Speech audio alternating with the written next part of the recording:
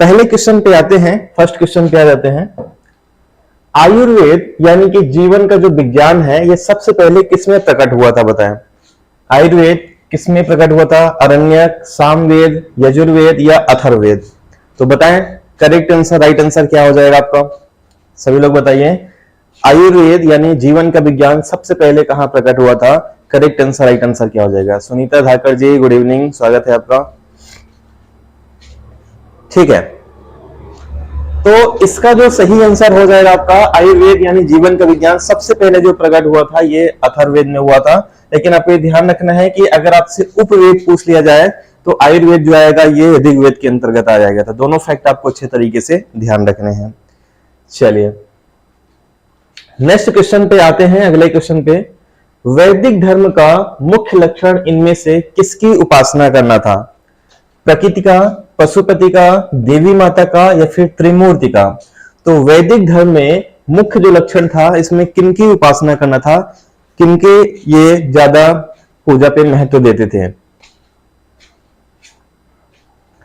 ठीक है, तो यहां पे आपको ध्यान रखना है, वैदिक धर्म में जो उपासना की जाती थी, किसकी उपासना की जाती थी? तो ये प्रकृति की उपासना की जाती थी। जितने भी देवी देवता थे ऋग वैदिक काल में ज्यादातर ये प्रकृति से संबंधित हुआ करते थे। ठीक है, जैसे वर्षा का देवता हो गए इंद्र देवता, है ना, वरुण हो गए समुद्र के देवता। तो जितने भी देवी देवता हुआ करते थे ये पूरे किससे रिलेटेड होते थे? प्रकृति से रिलेटेड। चलिए नेक्स्ट क्वेश्चन पे आते हैं, अगले क्वेश्चन पे आ जाते हैं। इसमें यज्ञ संबंधी विधि विधान का पता चलता है किससे? ऋग्वेद से, सामवेद से, ब्राह्मण ग्रंथों से या फिर यजुर्वेद से? तो बताइए यज्ञ संबंधी विधि विधानों का जो पता चलता है ये किससे पता चलता है? फटाफट बताएं, राइट आंसर, करेक्ट आंसर क्या हो जाएगा? ठीक है, बिल्कुल सही है सुनीता, अविका। ठीक है, तो यज्ञ संबंधी विधि विधानों को जो पता चलता है किससे चलता है? यजुर्वेद से चलता है। तो राइट आंसर क्या हो जाएगा? राइट आंसर आपका डी हो जाएगा। यह गद्य व पद्य दोनों में लिखा गया है। यज्ञ संबंधी एवं कर्म कांडों को यहां से पता चलता है, अनुष्ठानों का पता चलता है यहां से। और इसके पाठकर्ता कौन से हैं? तो अध्वर्यु, अध्वर्यु जो है इसके पाठकर्ता है। हालांकि मैंने कल इसके बारे में डिस्कशन कर लिया था आप लोगों से। ठीक है, बढ़ते हैं नेक्स्ट क्वेश्चन की तरफ। ऋग्वैदिक धर्म कौन सा है? ऋग्वैदिक धर्म कैसा है? बहुदेववादी है, एकेश्वरवादी है, मोनिस्टिक है या फिर उदारवादी है? तो ऋग्वैदिक धर्म कैसा है बताएं, करेक्ट आंसर क्या हो जाएगा? सभी लोग बताएं। और क्लास को एक बार प्लीज सभी लोग स्टेटस में लगा लीजिए जिससे ज्यादा से ज्यादा बच्चे इसमें जुड़ पाए। हालांकि रिस्पांस काफी अच्छा रहा है आपका, इसमें कमेंट भी सभी लोग करते चलिए। तो ऋग्वैदिक धर्म कैसा था? ऋग्वैदिक धर्म जो है आपका बहुदेववादी है, यानी एक देव नहीं है, बहुत सारे देवी देवता हैं, है ना। ऋग्वेद में 33 प्रकार के देवी देवताओं का उल्लेख किया गया है इसमें, और सभी जो है प्रकृति से रिलेटेड हैं। ठीक है, तो राइट आंसर क्या हो जाएगा? राइट आंसर आपका ए हो जाएगा। ठीक है, चलिए नेक्स्ट क्वेश्चन पे आते हैं, अगले क्वेश्चन पे आ जाते हैं। ऋग्वैदिक सूक्तों की संख्या, सबसे बड़ी संख्या किसको समर्पित है बताएं? अग्नि देवता को, इंद्र देवता को, रुद्र को या फिर विष्णु भगवान को? तो ऋग्वैदिक जो सूक्त हैं इसमें, तो उसमें से सबसे अधिक जो सूक्त है किसको समर्पित है ये आपको बताना है। राइट आंसर, करेक्ट आंसर क्या हो जाएगा? टोटल सूक्त कितने हैं बताएं पहले। सूरज ने बी के आंसर बिल्कुल सही है, बाकी लोग भी आंसर करिए। बिल्कुल सही है सुनीता। तो राइट आंसर, करेक्ट आंसर क्या हो जाएगा? राइट आंसर हो जाएगा ऋग्वेद में सूक्तों की सबसे बड़ी संख्या जो समर्पित है इंद्र को समर्पित है। टोटल सूक्त की संख्या कितनी है ऋग्वेद में? 1028 है, जिसमें से 250 सूक्त जो है लगभग इंद्र को समर्पित है और 200 सूक्त लगभग अग्नि देवता को समर्पित है। ये कभी कभी आपका डाटा भी पूछ लिया जाता है, तो ये फैक्ट आपको अच्छे तरीके से ध्यान रखना है। इंद्र को, भगवान इंद्र को युद्ध का देवता भी कहा गया है, और इनके लिए एक शब्द आता है पुरंदर, है ना। कौन सा वर्ड आता है इनके लिए? पुरंदर। बिल्कुल सही है, वेरी गुड अविका, बहुत अच्छे। चलिए नेक्स्ट क्वेश्चन पे आते हैं, अगले क्वेश्चन पे। ऋग्वेद में निम्नलिखित में से किसके युद्ध का ईश्वर माना गया है? किसे युद्ध का ईश्वर माना गया है बताएं? अग्नि को, इंद्र को, सूर्य को या वरुण को? तो क्वेश्चन ही आ गया, बताएं युद्ध का ईश्वर या युद्ध का देवता किनको माना गया है? भगवान इंद्र को, अग्नि को, सूर्य को या फिर वरुण देवता को? फटाफट बताएं करेक्ट आंसर क्या हो जाएगा आपका। ठीक है, तो देखिए मैं जितना चैप्टर आपको इससे करा रहा हूं, आपको इससे अधिक कहीं प्रैक्टिस करने की जरूरत नहीं पड़ेगी, ना ही किसी किताब से आपको पढ़ने की जरूरत पड़ेगी। मोस्टली क्वेश्चन आपको देखेंगे डायरेक्ट मेरे क्लास से आपको देखने के लिए मिल जाएगा। ठीक है, क्योंकि ये सभी टेस्ट सीरीज का जो भी इंपॉर्टेंट टेस्ट सीरीज है, प्रमुख जो किताबें हैं, उन सभी से क्वेश्चन लिए गए हैं इसमें इंपॉर्टेंट। तो किसे युद्ध का देवता माना गया है? युद्ध का देवता जो माना गया है, इंद्र देवता को ही युद्ध का देवता माना गया है। तो राइट आंसर क्या हो जाएगा? राइट आंसर हो जाएगा बी ऑप्शन, इसका बिल्कुल करेक्ट आंसर हो जाएगा। ठीक है, तो इतिहास की टेंशन अब छोड़ दो। अगर आपने थ्योरी पढ़ लिया होगा तो केवल प्रैक्टिस करिए, प्रैक्टिस में आपको पर्याप्त करा दे रहा हूं आप लोग को, अलग से नहीं पढ़ना पड़ेगा। ठीक है, और किसी भी क्लास में अगर यूट्यूब में भी आप लोग क्लास लिए होंगे तो मुझे नहीं लगता कि इससे ज्यादा डिटेल में आप कहीं पढ़े होंगे, अगर आपने पिछली मेरी दोनों क्लासेस देख लिया होगा तो इस चैप्टर से। ठीक है, अभी एक क्लास इसकी और होगी, कल होगी एक क्लास, तो 4 क्लास में मैं ये साहित्यिक स्रोत पूरा कवर कराऊंगा और इससे अधिक डिटेल आपको नहीं पढ़ना है। फिर गायत्री मंत्र किस ग्रंथ में मिलता है बताएं? उपनिषद में, भगवत गीता में, ऋग्वेद में या फिर यजुर्वेद में? तो गायत्री मंत्र किस ग्रंथ में मिलता है, ये फटाफट बताएं। राइट आंसर, करेक्ट आंसर क्या हो जाएगा? सभी लोग बताएं करेक्ट आंसर क्या हो जाएगा आपका। ठीक है, तो बिल्कुल सही है। गायत्री मंत्र किस ग्रंथ में मिलता है? तो ध्यान रखना, गायत्री मंत्र जो मिलता है ऋग्वेद के 3रे मंडल में गायत्री मंत्र का उल्लेख किया गया है। ठीक है, किसने इसकी रचना की है? विश्वामित्र जी ने। तो ये भी फैक्ट आपको अच्छे तरीके से ध्यान रखना है। ऋग्वेद के 3रे मंडल में गायत्री मंत्र का उल्लेख किया गया है। चलिए नेक्स्ट क्वेश्चन पे आते हैं, अगले क्वेश्चन पे। प्राचीन ज्ञान परंपरा किसकी पुस्तक है बताएं? प्राचीन ज्ञान परंपरा ये आपके सिलेबस में लिखा हुआ है। ठीक है, तो इसके भी क्वेश्चन एग्जाम में पूछे जा सकते हैं। तो इसी किसकी पुस्तक है बताएं? जवाहरलाल नेहरू, महात्मा गांधी, सरदार वल्लभ भाई पटेल या अश्विन कुमार राठौड़? तो प्राचीन ज्ञान परंपरा पुस्तक के लेखक कौन है ये बताएं। राइट आंसर, करेक्ट आंसर क्या हो जाएगा? सभी लोग बताएं करेक्ट आंसर क्या हो जाएगा आपका। ठीक है, तो बिल्कुल सही है अविका। प्राचीन ज्ञान परंपरा पुस्तक के जो लेखक है कौन हो जाएंगे? अश्विन कुमार राठौड़। अश्विन कुमार राठौड़ जो है प्राचीन ज्ञान परंपरा के लेखक है। राइट आंसर आपका डी हो जाएगा। और एक गुड न्यूज आप लोगों के लिए ये भी है कि आप लोगों ने एक नए सर का वीडियो हमारे क्लास में देखा होगा, प्रशांत सर का एक स्ट्रेटजी पे वीडियो उन्होंने बनाया हुआ है, आप लोग उसको वॉच करिएगा। और इस चैनल से सर अब जुड़ रहे हैं और वो आपको को एमपीजी के जो थ्योरी नहीं पढ़ पाए थे वो थ्योरी कवर कराएंगे और बाकी यूनिट के एमसीक्यू के लिए हम टीम और लेके आ रहे हैं। तो आपको प्रीलिम्स के पहले मैं चाह रहा हूं कि बहुत सारा प्रैक्टिस आपको मैं करा दूं। ठीक है, तो राइट आंसर क्या हो जाएगा? राइट आंसर डी हो जाएगा। नेक्स्ट क्वेश्चन पे आते हैं, अगले क्वेश्चन पे। मे बी आज रात से ही ये क्लासेस स्टार्ट हो जाएंगी एमपीजीके की, और अगर आज कोई दिक्कत जाती है तो कल से स्टार्ट हो ही जाएगा, लेकिन संभावना यह है कि आज रात से स्टार्ट हो जाएगा।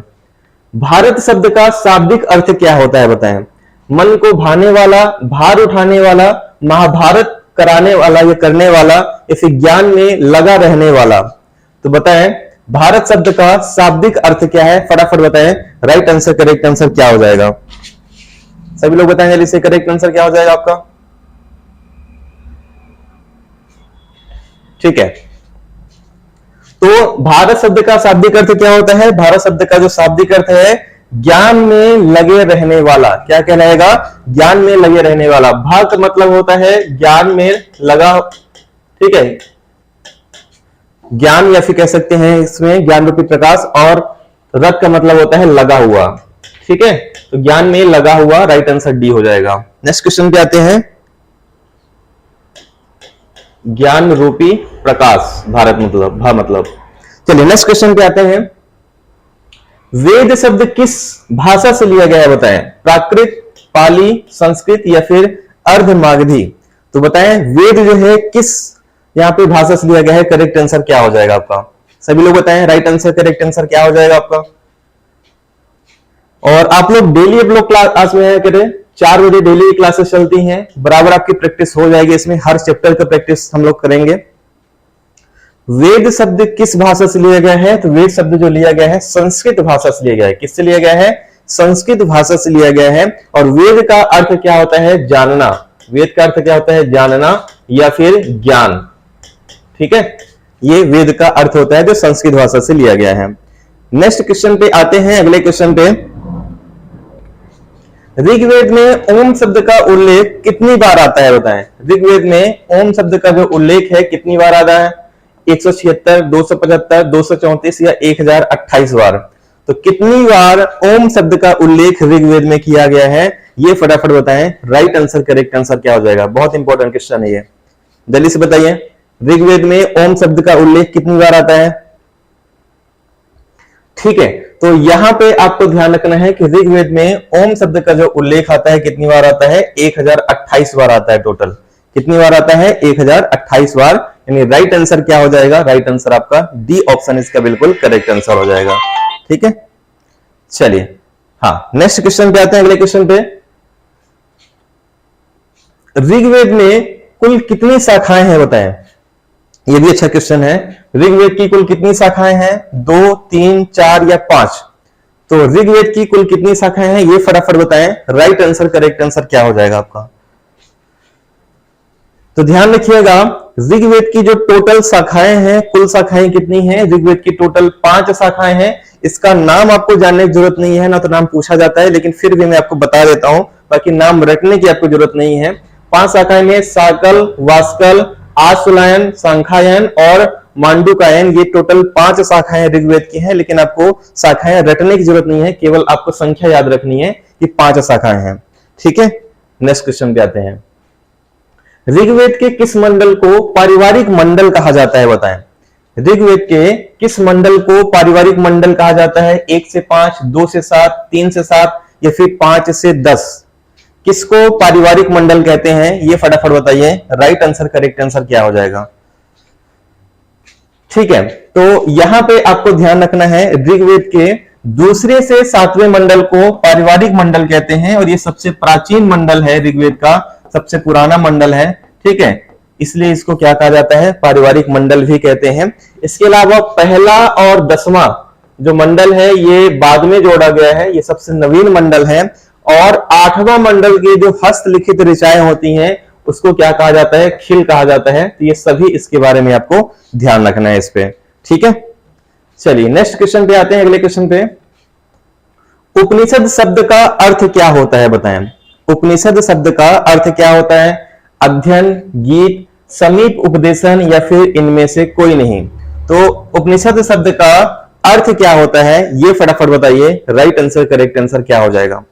सभी लोग बताएं, उपनिषद शब्द का अर्थ क्या होता है? ठीक है, तो यहां पे आपको ध्यान रखना है, उपनिषद शब्द का जो अर्थ होता है, बिल्कुल नहीं, गलत है। अब सही है सुनीता, बिल्कुल सही है। सुनीता, अविका, स्वरा, बिल्कुल सही है आप लोग का। राइट आंसर सी हो जाएगा। समीप में उपदेश देना, है ना, पास में उपदेश देना मतलब क्या होता है? उपनिषद कहलाता है। टोटल इसकी संख्या कितनी है? तो टोटल इसकी संख्या जो है 108 इसकी संख्या है, जिसमें से सबसे जो फेमस उपनिषद आते हैं उनमें से आपका एक आता है बृहदारण्यक उपनिषद। ठीक है, फिर है आपका जाबलोपनिषद। ठीक है, इसके अलावा आपका आता है कठोपनिषद। अब पूरी लिस्ट तो नहीं बता सकते हैं, लेकिन जो सबसे अधिक चर्चित हैं वो आपको बता दे रहा हूं इसमें। चौथा है आपका मुंडकोपनिषद, और एक है आपका छांदोग्य उपनिषद। ये 5 जो उपनिषद हैं इसकी चर्चा बार बार आता है, और ये 5 उपनिषद बहुत ज्यादा इंपॉर्टेंट भी हैं। तो ये भी आपको अच्छे तरीके से ध्यान रखने हैं पूरे। ठीक है, चलिए बढ़ते हैं नेक्स्ट क्वेश्चन की तरफ। अगले क्वेश्चन पे आ जाते हैं। इस पे सत्यमेव जयते शब्द किस उपनिषद से लिया गया है बताएं। सत्यमेव जयते शब्द किस उपनिषद से लिया गया है? मुंडकोपनिषद, कठोपनिषद, छांदोग्य उपनिषद या फिर इनमें से कोई नहीं? तो बताएं, सत्यमेव जयते शब्द किस उपनिषद से लिया गया है? राइट आंसर, करेक्ट आंसर क्या हो जाएगा? सभी लोग बताएं, करेक्ट आंसर क्या हो जाएगा आपका? ठीक है, तो ये आपको ध्यान रखना है कि सत्यमेव जयते शब्द जो है भारत सरकार का जो आदर्श वाक्य है, ये जो लिया गया है कहां से लिया गया है? मुंडकोपनिषद से लिया गया है। कहां से लिया गया है? मुंडकोपनिषद से। तो राइट आंसर क्या हो जाएगा? राइट आंसर हो जाएगा आपका ए ऑप्शन, इसका बिल्कुल करेक्ट आंसर हो जाएगा। और असतो मां सदगमय तमसो मां ज्योतिर्गमय, ये वर्ड मैंने कल क्वेश्चन कराया था आप लोग को। ये कहां से लिया गया है? कठोपनिषद से। छांदोग्य उपनिषद में क्या है? 4 आश्रम का उल्लेख किया गया है ना, जैसे गृहस्थ आश्रम, वनप्रस्थ आश्रम, ब्रह्मचर्य आश्रम और सन्यासी। ये जो उल्लेख मिलता है किसमें मिलता है? छांदोग्य उपनिषद में। चलिए नेक्स्ट क्वेश्चन पे आते हैं। उपनिषदों के कर्मकांड को कहा गया है, उपनिषदों के कर्मकांड को क्या कहा गया है बताएं? अवर, ब्रह्म, प्रस्थानत्रयी या फिर उपरोक्त में से सभी? तो बताएं उपनिषदों में कर्मकांड को क्या कहा गया है? राइट आंसर, करेक्ट आंसर क्या हो जाएगा? पहली बात, उपनिषद में कहीं भी कर्मकांड का जो है प्रशंसा नहीं की गई है, कर्मकांड को मानने की बात नहीं कही गई है, और इसको अवर के नाम से जाना जाता है उपनिषद में। तो राइट आंसर ये हो जाएगा। उपनिषद में हमेशा शिक्षा या ज्ञान पे बल दिया गया है इसमें, है ना। किस पे बल दिया गया है? शिक्षा और या ज्ञान पे। चलिए नेक्स्ट क्वेश्चन पे आते हैं। अगले क्वेश्चन पे अगला है, अरण्यक संबंधित है किससे? अरण्यक किससे संबंधित है? जल से, वन से, अग्नि से या फिर वायु से? तो अरण्यक किससे संबंधित है ये फटाफट बताएं। बहुत अच्छा क्वेश्चन है। राइट आंसर, करेक्ट आंसर क्या हो जाएगा? अरण्यक किससे संबंधित है बताएं, करेक्ट आंसर क्या हो जाएगा आपका? ठीक है, तो यहां पे आपको ध्यान रखना है कि अरण्यक जो संबंधित है किससे संबंधित होता है? तो अरण्यक संबंधित है। अरण्य मतलब क्या होता है? जंगल, यानी कि किससे संबंधित है? वन से संबंधित है। और अरण्यक का मतलब होता है ऐसी रचना जो जंगल में की गई हो या वन में की गई हो, ठीक है, वो क्या कहलाएगी? अरण्यक कहलाएगी। दूसरे शब्दों में ऋषि मुनियों द्वारा जंगल या वन में की गई रचना क्या कहलाती है? अरण्यक। और इसका संबंध किससे होता है? ब्राह्मण ग्रंथों से। संबंध किससे इसका? ब्राह्मण ग्रंथों से है। तो ये भी फैक्ट आपको ध्यान रखने हैं। चलिए नेक्स्ट क्वेश्चन पे आते हैं। अगले क्वेश्चन पे, अरण्यक किससे जुड़े होते हैं? वेद, उपनिषद, ब्राह्मण ग्रंथ या पुराण? देखो क्वेश्चन ही आ गया, पेपर लीक हो गया। ठीक है, तो चलिए बताएं जल्दी से, अरण्यक किससे जुड़े होते हैं? करेक्ट आंसर क्या हो जाएगा आपका? वेद से, उपनिषद से, ब्राह्मण ग्रंथ से या फिर पुराण से? किससे जुड़े होते हैं अरण्यक? फटाफट बताएं, करेक्ट आंसर क्या हो जाएगा? तो बिल्कुल सही है। अरण्यक जो जुड़े होते हैं किससे जुड़े होते हैं? ये जुड़े होते हैं ब्राह्मण ग्रंथ से। तो राइट आंसर क्या हो जाएगा? राइट आंसर आपका सी हो जाएगा। कुछ ब्राह्मण ग्रंथ की ये लिस्ट है जो काफी ज्यादा इंपॉर्टेंट है, एग्जाम में आने की बहुत संभावना है, ये आपको ध्यान रखना है। वेद, उपवेद और उसके ब्राह्मण ग्रंथ। ठीक है, तो ऋग्वेद का जो उपवेद कौन सा है? आयु।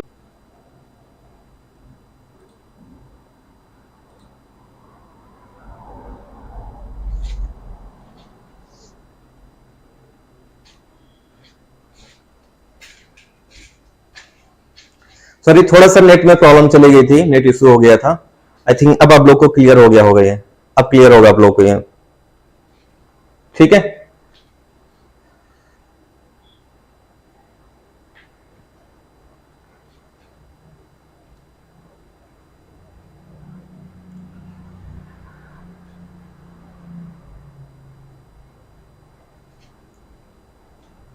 ठीक है, तो चलिए मैं फिर से बता देता हूं। इसमें सामवेद के कौन है रचनाकार है? नारद है। और इसका बात करें पंचवीस, जैमिनी, खडवीस और तांड है। इसके अलावा अगर बात करें तो ये अथर्ववेद, अथर्ववेद के जो आपके उपवेद कौन से है? शिल्पवेद है, जिसके रचनाकार कौन है? विश्वकर्मा। और इसका ब्राह्मण ग्रंथ कौन सा है? तो ये हो जाएगा आपका गोपथ हो जाएगा। ये भी फैक्ट आपको अच्छे तरीके से ध्यान रखना है। ठीक है, थोड़ा सा रुक जाना आप लोग, एक सेकंड के लिए रुक जाइएगा। ठीक है, आई थिंक अब आप लोग को क्लियर होगा सब कुछ, अब कोई दिक्कत नहीं जाएगी इसमें। चलिए नेक्स्ट क्वेश्चन पे आते हैं। अगले क्वेश्चन पे आ जाते हैं। इसमें किस वेद का ब्राह्मण ग्रंथ ऐतरेय है? किस ग्रंथ का या किस वेद का ब्राह्मण ग्रंथ ऐतरेय है? ऋग्वेद, यजुर्वेद, सामवेद या फिर अथर्ववेद? अब किसी का गलत नहीं होना चाहिए, बताएं जल्दी से। करेक्ट आंसर क्या हो जाएगा आपका? ऐतरेय जो है आपका किसका ब्राह्मण ग्रंथ है? करेक्ट आंसर क्या हो जाएगा? फटाफट बताएं जल्दी से, सही आंसर क्या हो जाएगा आपका इसमें?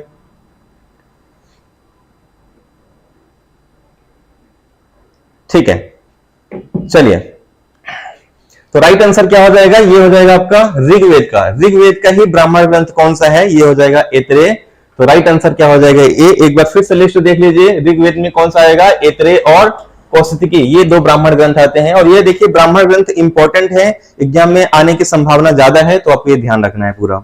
ठीक है, चलिए नेक्स्ट क्वेश्चन पे आते हैं। अगले क्वेश्चन पे, किस दर्शन को औलिक दर्शन भी कहा जाता है?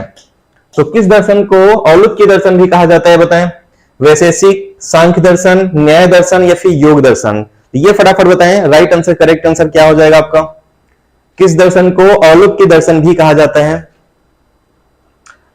तो औलिक के दर्शन जो कहा जाता है, ये कहा जाता है वैशेषिक दर्शन को। और इसके प्रतिपादक कौन है, रचनाकार कौन है? तो हम सभी को पता है। टोटल इसमें इसके रचनाकार कौन है? कणाद है। टोटल दर्शन की संख्या कितनी है?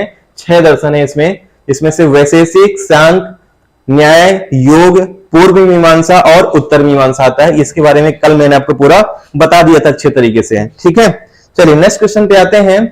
खड़ दर्शन में शामिल नहीं है, कौन सा इसमें शामिल नहीं है बताएं? न्याय दर्शन, योग दर्शन, सांख्य दर्शन या फिर जैमिनी? तो कौन सा है जो खड़ दर्शन में शामिल नहीं है? ये फटाफट बताएं। राइट आंसर, करेक्ट आंसर क्या हो जाएगा? सभी लोग बताएं, खड़ दर्शन में कौन सा शामिल नहीं है? करेक्ट आंसर क्या हो जाएगा आपका?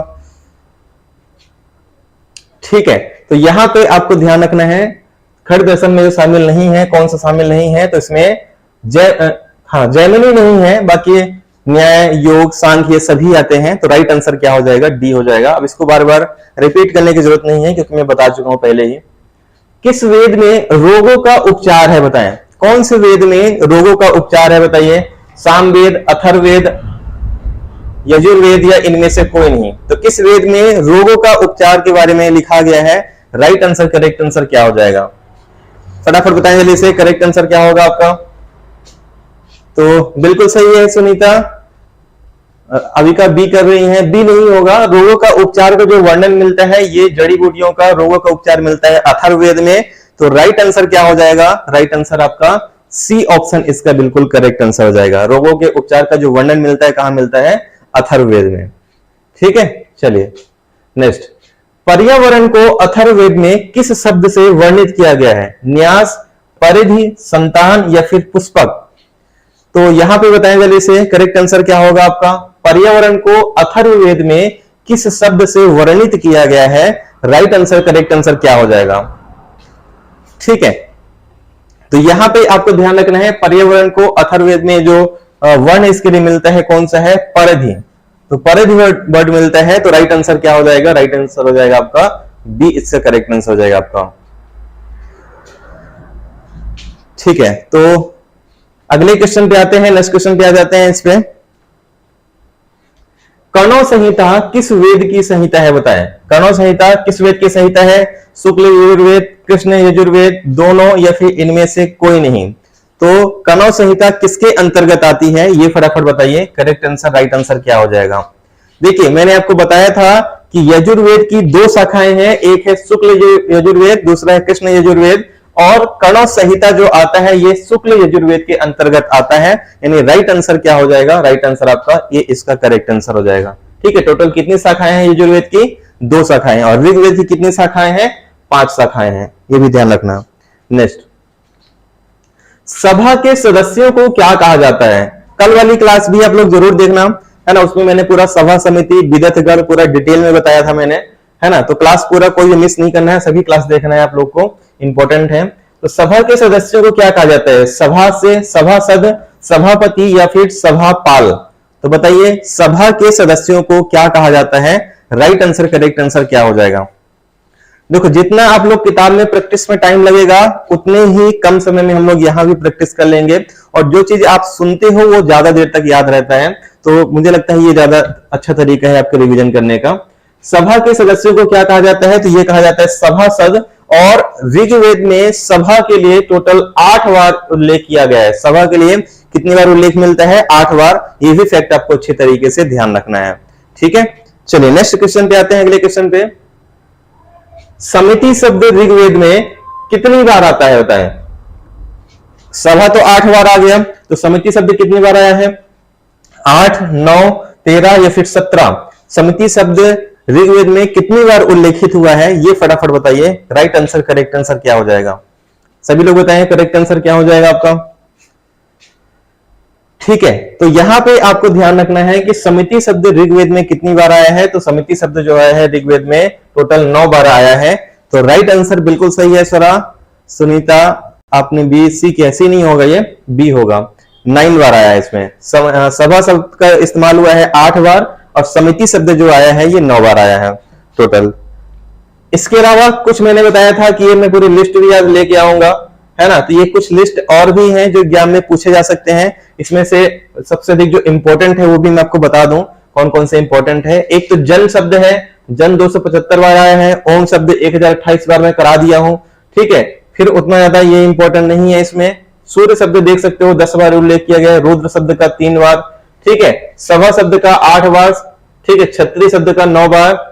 इसके अलावा ग्राम शब्द का 13 बार जो इंपॉर्टेंट है। इंद्र शब्द का देखिए 250 बार आया है उल्लेख, ठीक है। इसके अलावा गौ शब्द का 176 बार, गौ वाला बहुत इंपॉर्टेंट है, एग्जाम में पूछा जा सकता है आपसे, ठीक है। शूद्र शब्द का 1 बार उल्लेख मिलता है। पिता शब्द का 335 बार, विष्णु शब्द का 6 बार, विदथ का 122 बार उल्लेख किया गया है, ये भी वेरी वेरी इंपॉर्टेंट है आपका, ठीक है। वैश्य शब्द का 1 बार आता है, समिति का 9 बार, ठीक है। कृषि शब्द का जो है 24 बार उल्लेख किया गया है। ये भी फैक्ट आपको अच्छे तरीके से ध्यान रखना है। तो इतना जो मैंने आपका यहाँ पे सर्कल में जो लगाया है ये बहुत ज्यादा इंपॉर्टेंट है, आपको ये याद रखने हैं। बाकी भी अगर आप पढ़ सको तो बहुत अच्छी बात है ये, ठीक है। चलिए नेक्स्ट क्वेश्चन पे आते हैं। अगला है उपनिषदों के अध्यात्म दर्शन का तार्किक विवेचन किसमें किया गया है, बताएं। उपनिषदों का अध्यात्म दर्शन का तार्किक विवेचन किसमें किया गया है, बताएं। पूर्व मीमांसा, उत्तर मीमांसा, दोनों में, या फिर इनमें से कोई नहीं। तो फटाफट बताएं करेक्ट आंसर, राइट आंसर क्या हो जाएगा आपका।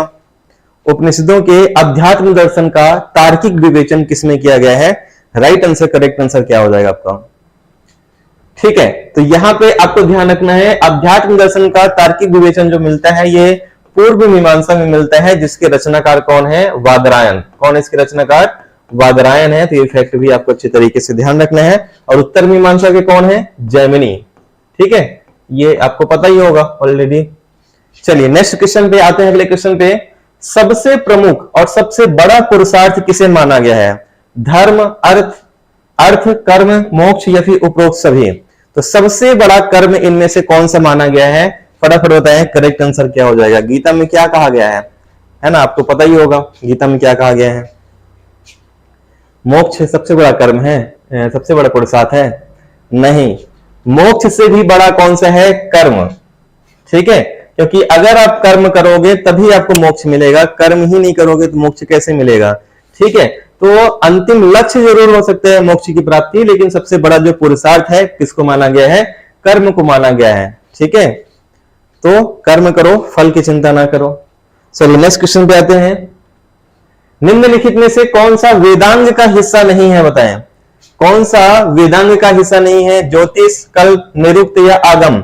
तो कौन सा है जो वेदांग का हिस्सा नहीं आता है, फटाफट बताएं राइट आंसर, करेक्ट आंसर क्या हो जाएगा। सभी लोग बताएं जल्दी से करेक्ट आंसर क्या होगा। कौन सा है वेदांग का हिस्सा जो नहीं है, ठीक है, बिल्कुल सही है सुनीता, अविका। तो राइट आंसर, करेक्ट आंसर क्या हो जाएगा, वेदांग का जो हिस्सा नहीं है, आगम नहीं है, ज्योतिष, कल्प, निरुक्त, छंद, व्याकरण, है ना, ये सब जो आ जाएंगे, छंद, व्याकरण। एक और कोई छूट रहा है ना, ज्योतिष, कल्प, निरुक्त, छंद, व्याकरण, एक और कौन सा छूट रहा है, कमेंट करें। शिक्षा, हाँ, ये सभी किस में आ जाएंगे, ये 6 वेदांग में आ जाएंगे। चलिए नेक्स्ट क्वेश्चन पे आते हैं। अगले क्वेश्चन पे, निम्नलिखित में से कौन सा ग्रंथ भारतीय गणित का प्राचीनतम साक्ष्य है, बताएं। भारतीय गणित का प्राचीनतम साक्ष्य किसमें मिलता है, अरण्यक, धर्मसूत्र, निरुक्त या फिर शुल्ब सूत्र। फटाफट बताएं करेक्ट आंसर क्या हो जाएगा आपका, बहुत अच्छा दिखा। तो कौन सा ग्रंथ भारतीय गणित का प्राचीनतम साक्ष्य है, तो ये आपको ध्यान रखना है, ये जो आता है शुल्ब सूत्र आता है, जो अथर्ववेद के अंतर्गत है ना, इसके अंतर्गत है ये अथर्ववेद के, ये भी आपको ध्यान रखना है। चलिए तो राइट आंसर क्या हो जाएगा, राइट आंसर आपका डी हो जाएगा। और अथर्ववेद को शिल्प वेद भी कहा जाता है। और ये अंतिम क्वेश्चन है आज का कि युद्ध के लिए ऋग्वेद में किस शब्द का प्रयोग किया गया है। युद्ध के लिए ऋग्वेद में किस शब्द का प्रयोग किया गया है, वर्मन, गोधली, गविष्टि या फिर बलि।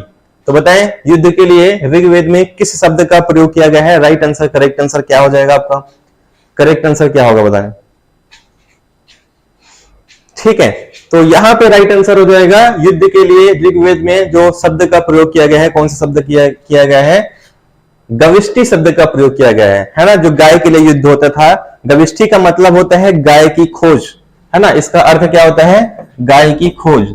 और गाय, ज्यादातर जो युद्ध होते थे गाय से रिलेटेड होते थे, क्योंकि सबसे बड़ा जो धन माना जाता था, पशुधन माना जाता था इसमें, ठीक है। तो इसलिए गविष्ठि को क्या कहा गया है, युद्ध के लिए प्रयोग किया गया है। गोधरी जो है सायंकाल का है, बलि मतलब कर है, ठीक है। तो बस इतना ही आज के लिए था, और एक क्लास और कल रहेगा, और कल वाले में हम लोग जो पढ़ेंगे इसमें अभिलेख के बारे में हम कल पढ़ेंगे, ठीक है। और साहित्यिक स्रोत का और इसमें रिवीजन हो जाएगा, ठीक है। कुछ पुरातात्विक स्थल के बारे में भी क्वेश्चन इसमें कल रह सकते हैं, तो कल ये वाला टॉपिक रहेगा, इसको तैयार करके आइएगा। और 4 बजे हम लोग फिर से मिलेंगे कल, ठीक है। ये डेली 4 बजे क्लासेस होती हैं। इसके अलावा जो लोग व्हाट्सएप ग्रुप से नहीं जुड़े हैं हमसे, तो स्टडी मटेरियल के लिए व्हाट्सएप ग्रुप से ज्वाइन कर सकते हैं। ये 9630828149 मेरा व्हाट्सएप नंबर है। यहाँ पे आधे घंटे में पीडीएफ आपको इसकी मिल जाएगी। और अगली जो क्लास रहेगी हमारी 10 बजे रहेगी, जिसमें हम लोग एमपीजी के पूरा 5000 क्वेश्चन की सीरीज चल रही है, उसमें भी आप लोग ज्वाइन कर सकते हैं। तो मिलते हैं हम लोग नेक्स्ट क्लास में। और अगर आपको अगर वीडियो पसंद आया हो तो प्लीज लाइक जरूर करिएगा, नहीं पसंद आया तो डिसलाइक भी कर सकते हैं, लेकिन कमेंट करिएगा कि आपको क्या चीज पसंद नहीं आई है। थैंक यू एवरीवन, धन्यवाद सभी को, मिलते हैं नेक्स्ट क्लास में।